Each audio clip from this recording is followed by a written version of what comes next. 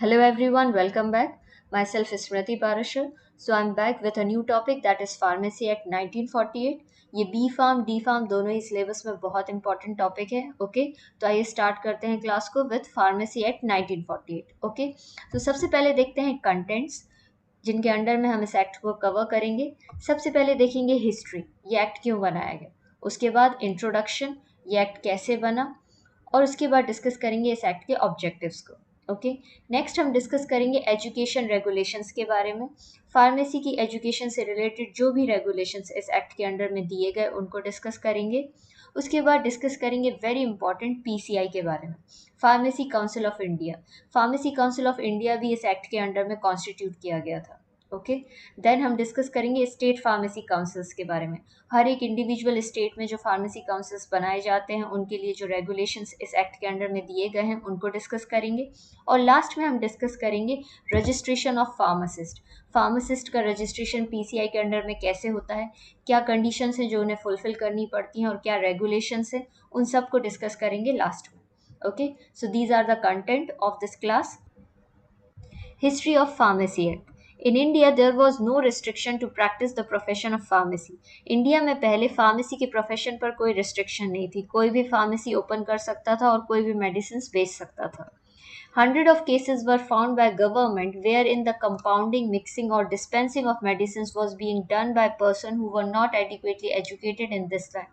Government को ऐसे कई केसेस मिले जहां पर ऐसे लोग दवाइयों की कंपाउंडिंग, मिक्सिंग और उन्हें डिस्पेंस कर रहे थे जिनके पास ना कोई डिग्री थी ना डिप्लोमा थी इस फील्ड में.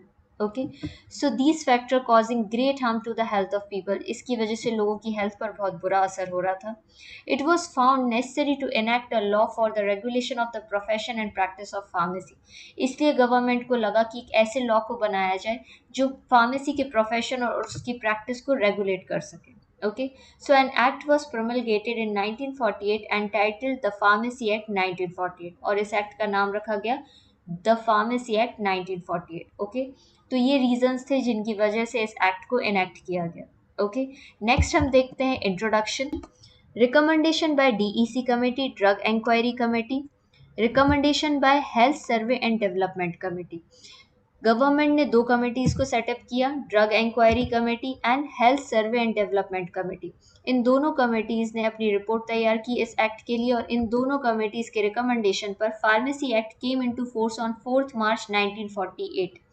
4 मार्च 1948 को फार्मेसी एक्ट 1948 को इनेक्ट किया गया. ओके, और इसके अंडर में इंक्लूड किया गया एजुकेशन रेगुलेशंस. फार्मेसी से रिलेटेड जो भी एजुकेशन होगी उसके लिए जो भी लॉज और रेगुलेशंस हैं इस एक्ट के अंडर में दिए गए. Then pharmacy council of India, एक सेंट्रल काउंसिल बनाई गई इंडिया में फार्मेसी के लिए जो पूरे इंडिया में फार्मेसी के प्रोफेशन और प्रैक्टिस को रेगुलेट करेगी. ओके, तो पीसीआई भी इस एक्ट के अंडर में कॉन्स्टिट्यूट किया गया. देन स्टेट फार्मेसी काउंसिल, हर एक इंडिविजुअल स्टेट में भी एक एक फार्मेसी काउंसिल बनाया गया. Okay, then next registration of pharmacist. Pharmacist का रजिस्ट्रेशन पीसीआई के अंडर में कैसे होगा, उसके लिए क्या कंडीशन फुलफिल करनी पड़ेगी, उसके लिए क्या लॉज और रेगुलेशंस रहेंगे, वो भी इस एक्ट के अंडर में इंक्लूड किया गया. ओके, तो आप इस फ्लो चार्ट से बहुत इजीली समझ सकते हैं. एक बार फिर से डिस्कस कर लेते हैं. सबसे पहले डीईसी कमेटी ने रिकमेंड किया इस एक्ट को और उसके लिए रिपोर्ट दी. Then health survey and development committee ने अपनी रिपोर्ट को सबमिट किया और इन दोनों कमेटीज के रिकमेंडेशन पर 4 मार्च 1948 में फार्मेसी एक्ट 1948 को बनाया गया और इसमें इंक्लूड किया गया फार्मेसी से रिलेटेड एजुकेशन रेगुलेशंस को. देन पीसीआई को कॉन्स्टिट्यूट किया गया.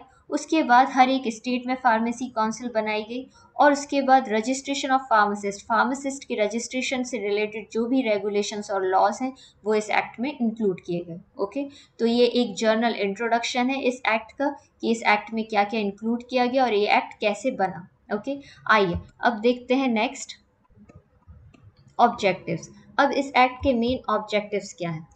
To regulate the profession and practice of pharmacy and to raise the status of pharmacy in India.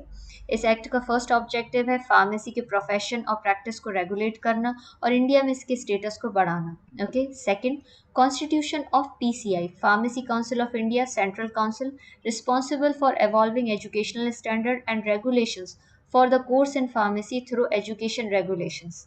Second objective है पीसीआई को कॉन्स्टिट्यूट करना, जो कि एक सेंट्रल काउंसिल है जो पूरे इंडिया में फार्मेसी के प्रोफेशन को रेगुलेट करेगी और उसकी एजुकेशन को भी रेगुलेट करेगी। देन एजुकेशन से रिलेटेड रेगुलेशंस को देना, फार्मेसी से रिलेटेड जो एजुकेशन है उसके लिए जो लॉज और रेगुलेशंस है वो भी इस एक्ट में इंक्लूड किए गए। थर्ड ऑब्जेक्टिव है constitution of state pharmacy council of India for registration of pharmacist and for regulating their professional activities. Third main objective है हर एक इंडिविजुअल स्टेट में फार्मेसी काउंसिल को बनाना और वहाँ पर हर एक फार्मासिस्ट का रजिस्ट्रेशन होना, जहाँ से उनकी प्रोफेशनल एक्टिविटीज़ को रेगुलेट किया जा सके। Okay, so here we complete today's class. आज की क्लास में हमने इस एक्ट की हिस्ट्री, इंट्रोडक्शन और ऑब्जेक्टिव को डिस्कस किया। अब हम नेक्स्ट वीडियो में इस एक्ट को कंटिन्यू करेंगे। अगर आप नोट्स डाउनलोड करना चाहते हैं तो टेलीग्राम चैनल की लिंक दी गई है डिस्क्रिप्शन बॉक्स में, वहाँ से आप डाउनलोड कर सकते हैं। Thank you.